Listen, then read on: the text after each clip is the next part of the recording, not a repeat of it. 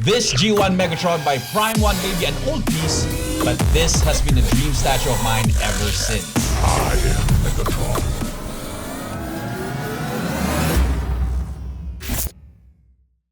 Welcome everyone from What's on the Table. This is Prof G and you're watching another episode of Graded, the show where we're not just going to unbox or review a particular statue, collectible, or figure.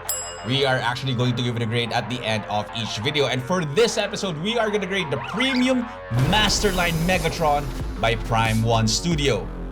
Yep, I know this has been released many years ago, and if I'm not mistaken, I think around 2017 or 2018, and I remember really wanting this G1 Megatron by Prime 1. But at that time, the price tag of $969 was kinda heavy for me, so I decided to kinda wait. Fast forward to today, it was a no-brainer. I saw that Heroes BGC had this on stock and saw that there was a bit of a sale price and I pulled the trigger. So I got this bad boy for only 50,000 pesos, which is around $877 converted.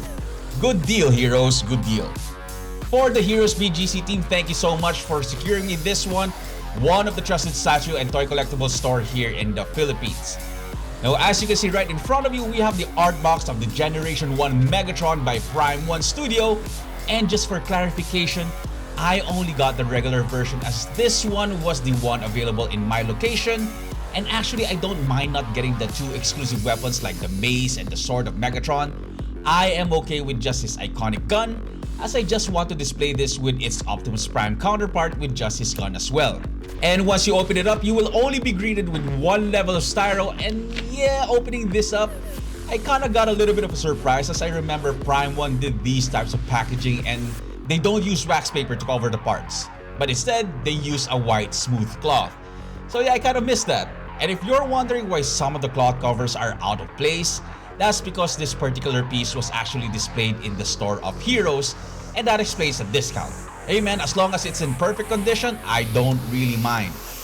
You got all the parts of the statue here. You got the arms of Megatron left and right, a right hand fist, the logo of the Decepticons, which I think will be pegged on the base. This one, not sure what I should call this, but it's like a tube or exhaust that's gonna be placed at the back of Megatron. I think it's one of the cannons. You got the side plates that will be pegged on the torso area, the left hand fist, which has the placeholder for the secondary weapon of Megatron if you did get the exclusive, the head sculpt of Megatron himself. We are gonna check that later on and see if it still lights up. The left and right legs of Megatron, his light up cannon over here, and of course the base, which kind of mimics like he is in a desert setting. That's all the parts, nothing else left to do but do the assembly of this Gen 1 Megatron by Prime 1 Studio.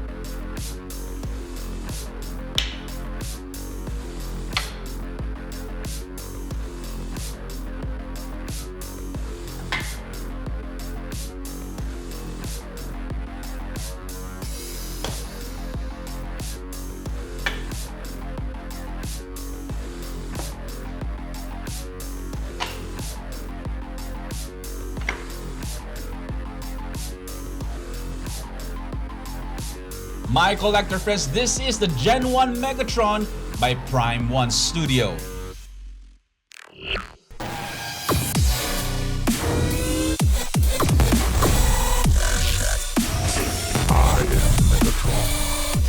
Now, considering that this was released around 7 or 8 years ago and the fact that I have been eyeing this piece from Heroes, I don't know, I just feel like it hits differently now. The weight and the uncertainty of possibly not being able to get this after being in the market for so long, and then once you have it after that long wait, the feeling is different. That, I think, is what makes collecting exciting because you never know if you're gonna be able to get that dream piece you saw years ago.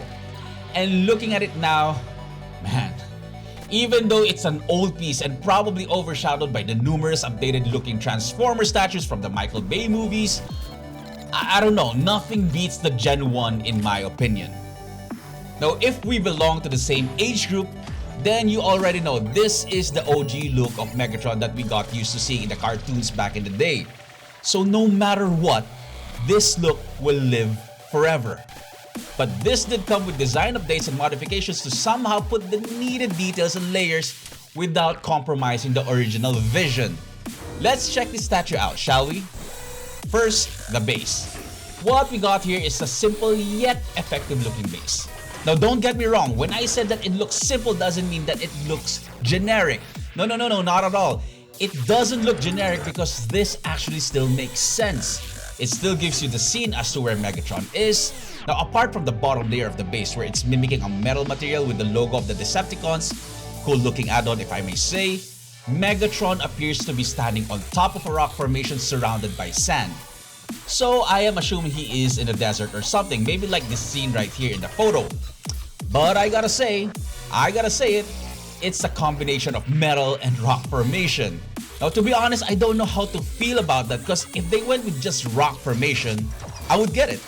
If they went for Megatron standing on just metal, even better. I'm trying to make a story out of this, but I just stopped overthinking. All I know is there is metal material, there is sand in the middle, then there is a rock formation. That's it. Now I do like how they did the metal sculpt and the paint job of this one because you can really appreciate the shading. But if I'm going to be nitpicky on the base, I think they could have done a better job on how they painted the sand. Because instead of it looking like sand, it kind of looked like clay with how they sculpted it and painted it. But again, this was done like 8 years ago, so maybe at that time, this was the standard. Is it a deal breaker for me? Not really. I like that they kept it simple and not attracting unnecessary attention because the thing that should really capture our attention is the actual character. So having said that, let's move on. Next, the body. Now this is the area where I really spent a lot of time looking at. Even before when I couldn't afford this, I thought they did a tremendous job with the G1 Megatron. I mean, yes, they did some updates and added layers that you inevitably won't see in the cartoons, but the layers they added really made sense. Starting from the foot to the legs of Megatron, you will see the contrast between black and matte silver with a little bit of red as a pop of color. You're also going to see the same color combination on the upper thigh area, all the way to the torso and the upper body of Megatron. Look at that. Looks good. It's really clever how they mix the texture of glossy black and glossy red to accompany the matte silver predominant color of Megatron in a way that it doesn't look out of place, you know what I mean? Because in the cartoons, it's just predominantly gray or silver with some hints of black and very little red, and that's about it. Not a lot of layers obviously in the cartoons, but this one, the detail that they added is what made me take a second look at every corner of this piece. And let's not forget this very important detail. They added a bunch of weathering on the body of Megatron. I think it's just perfect. You got some shadings on the boots showing a bit of discoloration since he is stepping on top of sand, and some stains and weathering over there. You also see some shadings on the matte silver part of the body, in the corners, and even the black parts as well. Now I'm glad that they didn't go for a clean Megatron because, well, he's Megatron. And if the setting is on top of a rock formation with guns out and it's partnered with the Prime 1 Optimus Prime, then yeah, it makes sense to put those weathering on there. It's subtle and not distracting, but I'm glad it's there. You got the emblem of the Decepticons on his chest, which I think looks really good as well. You have the cannons on the right hand, which still actually lights up, so thank goodness for that. The right hand isn't holding anything as it's reserved for the exclusive version weapons. Everything about the body sculpt of Megatron is, in my opinion, really does look good. I'm not sure if I'm just fanboying here because I grew up watching the cartoons, but for a piece that is 7 or 8 years old, I think it still holds up. And let's not forget the head sculpt. Let's just say you have an idea what the G1 Megatron looks like but kinda forgot because of all the modifications from the live action movies. You will right away notice and pinpoint that this is a G1 Megatron look.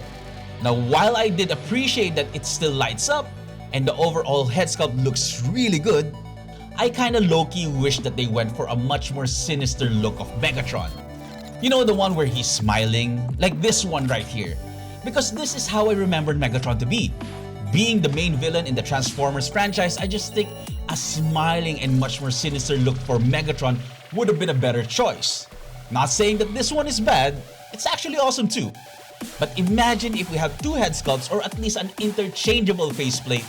That could have been a great addition. Now you might say, yo G, you are fanboying too much on the Megatron piece and it's already the year 2025. There are a lot more statues that came out that probably has a better engineering and paint job compared to this one. I mean, yeah, you guys are right. I am kind of fanboying hard on this one because I am really a fan of Transformers. I grew up watching cartoons and this is how I remember it.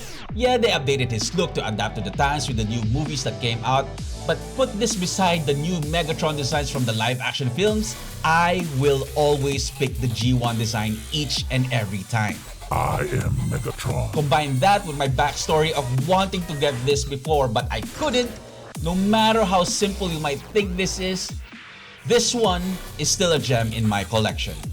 Having said that, for this premium Masterline Megatron by Prime 1 Studio, with the design, simple yes I know, but it pairs well with their Optimus Prime, the paint job, the build, the lineup features, and the price that I got it for, yes I got it for cheap, for a discount, I am going to give it a grade of an 8.0 flat, which I think is still a fair grade. After so many years of wanting this, I finally got it. And I'll tell you guys right now, 7 or 8 years old, it did not disappoint.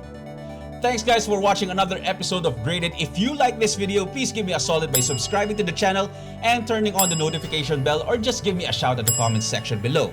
If you own the Prime 1 Studio Gen 1 Megatron and would give a different grade, please let me know also in the comment section below.